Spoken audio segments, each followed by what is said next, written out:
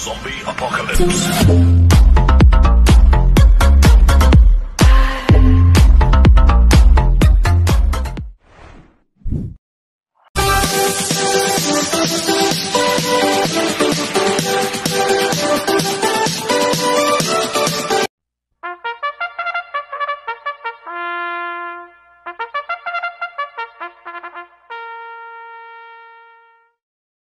Gandang araw po mga bayang karisa. Ngayon po ay araw ng linggo, March 31, 2024, karera po ng Metro Turf, Malbar, Batangas. Meron po tayong siyam na karera sa araw na ito. Nandito naman po yung lingkod, Drunken Master Wangbu, a.k.a. Elo Atubudoy, para magbigay ng giya at analysis sa inyo mga bayang karisa. Mga bayang karisa, start ng karera natin ay 1 p.m. At meron po tayong tatlong stakes race dito, yung 2024 Quiracom Classic Cup 1, 2, and 3 stakes race. Sa race 3, race 4, race 5 po gaganapin niya mga bayang karisa. Exciting race po yan. Kaya abangan po natin yan. Kaya bago po ako magsimula magbigay ng giya at analysis, huwag pong kalimutan subscribe, like, and share YouTube channel ko po. Siyempre, huwag din pong kalimutan i-click yung notification bell ko para updated po kayo sa mga bagong videos ko. Kaya mag-start na po ako sa pagbibigay ng giya at analysis. Race 1, first winner tail covers race 1 to 7. May 5 kabayong tatakbo. Pila akong group based on time. 9 and 10 merge. Distance 1,400 meters. First choice ko po dito, number 5, Eye in the Sky. Na sasakyan ni John Alvin Guse. Last run po nito noong March 23. Segundo po siya kay Prime Factor. Itong kabayo na to, pwedeng iuna, pwedeng isunod. At gamay po ni John Alvin Guse ito. Kaya malaki panalo sa akin ito. Kaya siya po first choice ko. Second choice ko po, number 3, Magandang Dilag na sasakyan ni Aren De Los Santos. Last run po nito noong March 17, Tercero ko na Super Earth. Binigay sa apprentice, 51 peso, Aren De Los Santos. Last run, JR Deo ko po sumakay dito. Kaya may panalo sa akin ito. Kaya sa po second choice ko. Kaya ang first choice ko po, number 5, Eye in the Sky. Second choice, number 3, Magandang Dilag. Sa race 2 po tayo, first pick 5, covers races 2 to 6. May 8 kabayong tatakbo, 3-year and above, maiden race, distance 1,400 meters. First choice ko po dito, number 8, White House, na sasakyan ni A.R. Villegas. Last run po nito noong March 13, segundo kay Sting. Kaya malaki panalo sa akin nito, kaya siya po first choice ko. Second choice ko po yung nag-iisang imported, number 7, American Ford, na sasakyan ni apprentice Jackie Edgy Guerra. Ito, nag-barrel trial po siya noong March 23, nagprueba ng U16 sa distance 1,200 meters. Ang kwartos po niya, 25, 23 media, 27. 1-16 po ang preba ng American Ford sa barrel trial. Kaya may panalo sa akin to, kaya si po second choice ko. Kaya ang first choice ko po, number 8, White House. Second choice, number 7, American Ford. Sa race 3 po tayo, second winner tackle cover races 3 to 9. May 8 kabayong tatakbo. Ito po yung 2024 Quiracom Classic Cup 3, distance 1,800 meters. Magandang laban to mga bayang karisa, exciting race. Kaya ang first choice ko po dito, number 6, Mim Ballot Pulse, na sasakyan John Alvin Guse. Ito, last run po nito noong March 10. Tercero po siya kala Prime Factor Don Julio. Kaya malaki panalo sa akin ito, kaya siya po first choice ko. Second choice ko po, number 8, Diversity, na sasakyan JD Zarate. Last run po ito noong March 10, pang-apat po siya kala Prime Factor Don Julio, Mim Ballot Pulse. Dami ni JD Zarate ito, pwedeng iuna, pwedeng sunudo to. Kaya malaki po panalo sa akin ito, kaya siya po second choice ko. At lalagyan ko pong third choice sa pandiado, number 2, Uncle Vines, na sasakyan JB Hernandez. Last run po nito noong March 23, pang-apat kila Prime Factor. Kaya magandang diado sa akin to, kaya siya po third choice ko. Kaya ang first choice ko po, number 6, Mim Ballot Pulse. Second choice, number 8, Diversity. Third choice sa pandiado, number 2, Uncle Vines.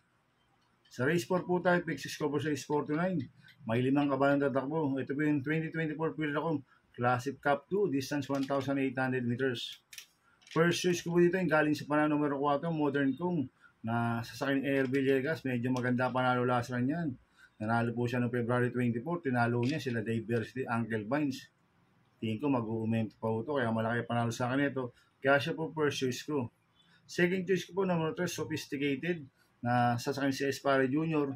Last run po nito noong February 25, tercero ko na Jungkook. Gamay po ni si Espare Jr. to, kaya malaking po panalo sa akin ito. Kaya siya po second choice ko. Kaya ang first choice po naman ako ito, Modern Kong. Second choice, number 3, Sophisticated. Sa race 5 po tayo, second pick 5, cover race 5 to 9. May 7 kabayong tatakbo. Ito yung 2024 Freedom Classic Cup, distance 1,800 meters. Magandang laban po ito mga bayang karista. Itong race 5 na to, ito yung pinaka main event na karera. Kaya ang first choice ko po dito, Topoli Entino Mortes, La Trophy na sa akin JB Hernandez, 3A War Cannon na sa akin Kelvin Abobo.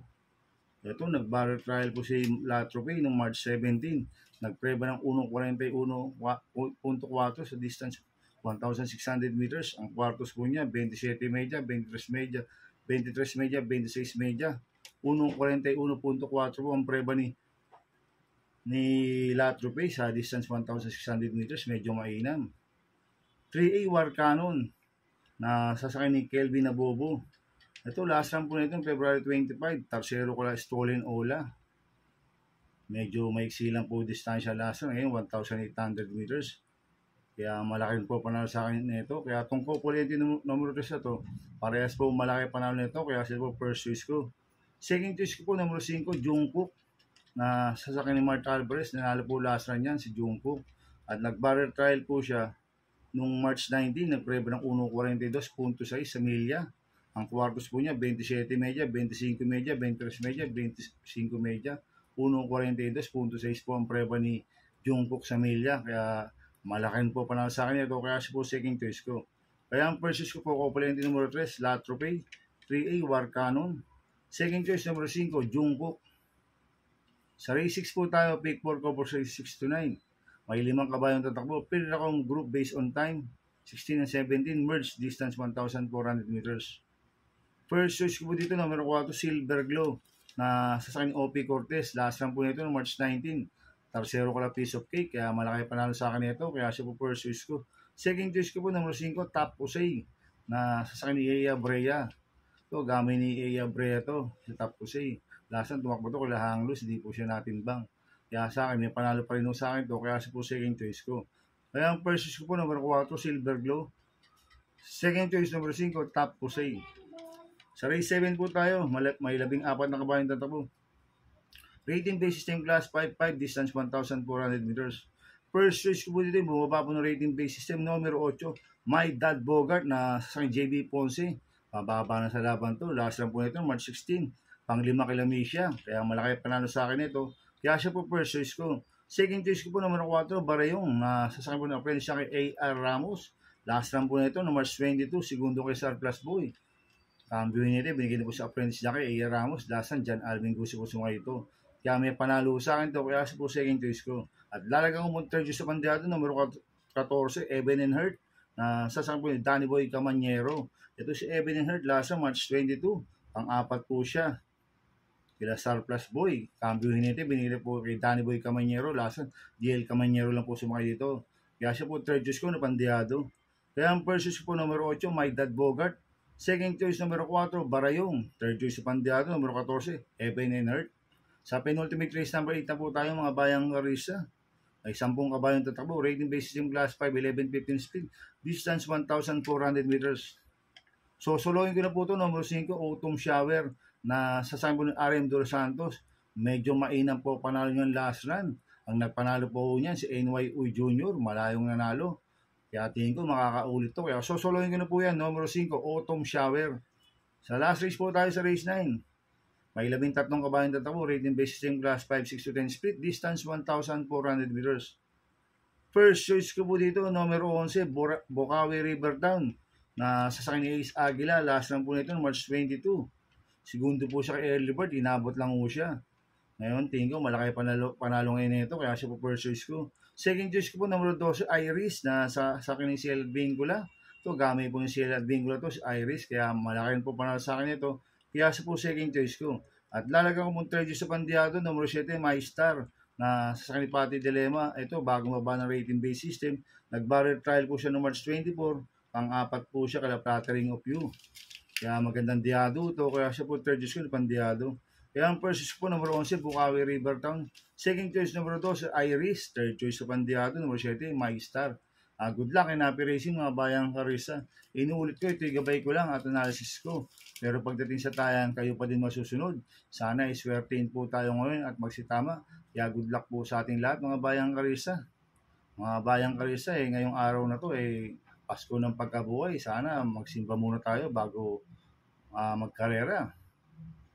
Kaya sana pagpalain tayo ng buong may kapal. Kaya mga bayang karista, please subscribe my YouTube channel at Ubudoy 2.0. At sana lagi niyo panoorin yung ads ko, huwag niyo pong skip. Kaya maraming salamat po sa inyo and God bless.